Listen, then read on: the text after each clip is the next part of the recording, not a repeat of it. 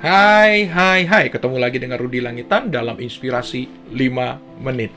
Pada tanggal 26 Oktober 1929, sebuah artikel di New York Times memberitakan sebuah berita tragis dalam 2 paragraf. Seorang ibu, Nyonya Abraham Germansky dari Mount Vernon, pada hari Kamis mencari suaminya yang hilang beberapa hari yang lalu. Germansky, suaminya, berusia 50 tahun, seorang multijutawan, pengusaha properti di East Side yang telah memperoleh keuntungan besar sepanjang tahun 1920-an. Dan ia pun telah bertaruh besar di pasar saham New York. Artikel ini kemudian mengatakan bahwa ada seorang yang telah melihat Mr. Germansky, suaminya, pada hari Kamis sore di Wall Street, dekat bursa saham, sedang menyobek-nyobek pita tiket TIFE, pita yang berisi harga-harga saham, dan kemudian menebar sobekannya di trotoar sambil berjalan ke arah Broadway. Dan kemudian diberitakan bahwa hari itu adalah akhir dari hidupnya Mr. Germansky. Wah, hiks bingit ya. Kejatuhan harga saham pada Oktober 1929 membuat Mr. Germansky, milioner itu, mengakhiri hidupnya. Akan tetapi, tepat pada momen yang sama, Jesse Livermore, seorang investor Amerika Serikat lainnya, menjadi salah satu orang yang paling kaya Amerika. Ayah why? Dalam satu momentum, Germansky mengakhiri hidupnya karena kegagalan investasi. Dan di sisi yang lain, Jesse Livermore memperoleh keuntungan besar.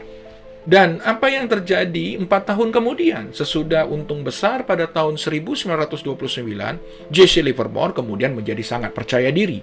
Ia kemudian membuat taruhan-taruhan yang makin besar, dan akhirnya ia pun kebablasan. Ia berhutang makin besar, dan akhirnya ia kehilangan segalanya di pasar saham. Dalam keadaan bangkrut dan malu, Jesse Livermore pun menghilang selama 2 hari. Pada tahun 1933, New York Times mengabarkan istri Jesse Livermore mencarinya. Dan Jesse Livermore pun ditemukan. Tapi, sayangnya, hidupnya tidak pernah kembali. Karena Jesse Livermore bunuh diri. Waktu yang berbeda, tetapi Germansky dan Livermore memiliki ciri yang sama. Keduanya sangat hebat dalam menjadi orang kaya, tetapi sangat payah dalam mempertahankan kekayaan mereka. Mendapatkan uang itu adalah satu hal, tetapi menjaganya itu lain ceritanya. Lagi-lagi, kunci masalahnya adalah dengan menjawab satu pertanyaan ini saja. Apakah kita seorang yang rakus atau orang yang cerdas keuangan? Ingat pesan saya dalam video yang lalu. Mengelola uang dengan baik itu tidak ada hubungannya dengan kecerdasan kita, bahkan dengan gelar kita. Itu lebih banyak berhubungan dengan perilaku kita dan mindset kita. Dan perilaku itu sukar diajarkan bahkan kepada orang-orang yang sangat cerdas. Perilakulah yang menentukan keberhasilan pengelolaan uang, bukan pendidikan atau pengetahuan, bahkan gelar kita. Saya hanya mengingatkan kita semua sahabat, bahwa kekayaan itu dihasilkan dari sebuah proses. Harus penuh dengan kesabaran, berfokus kepada manajemen risiko, serta konsistensi. Bukan hanya soal keberuntungan atau keberhasilan masa lalu, bahkan keberhasilan sesaat.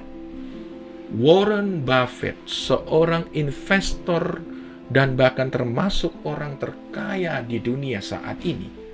Ia mengatakan bahwa 81,5 miliar dolar dari 84 miliar dolar yang ia peroleh datangnya sesudah ia berulang tahun ke-65. Wah, wah, wah. Semua itu butuh proses yang konsisten. Nggak ujuk-ujuk dan tiba-tiba. Saya hanya memberikan inspirasi buat sahabat. Pilihan ada di tangan sahabat. Salam Jos Gandos. Jadilah pribadi yang top markotop. Uhui. Thank you.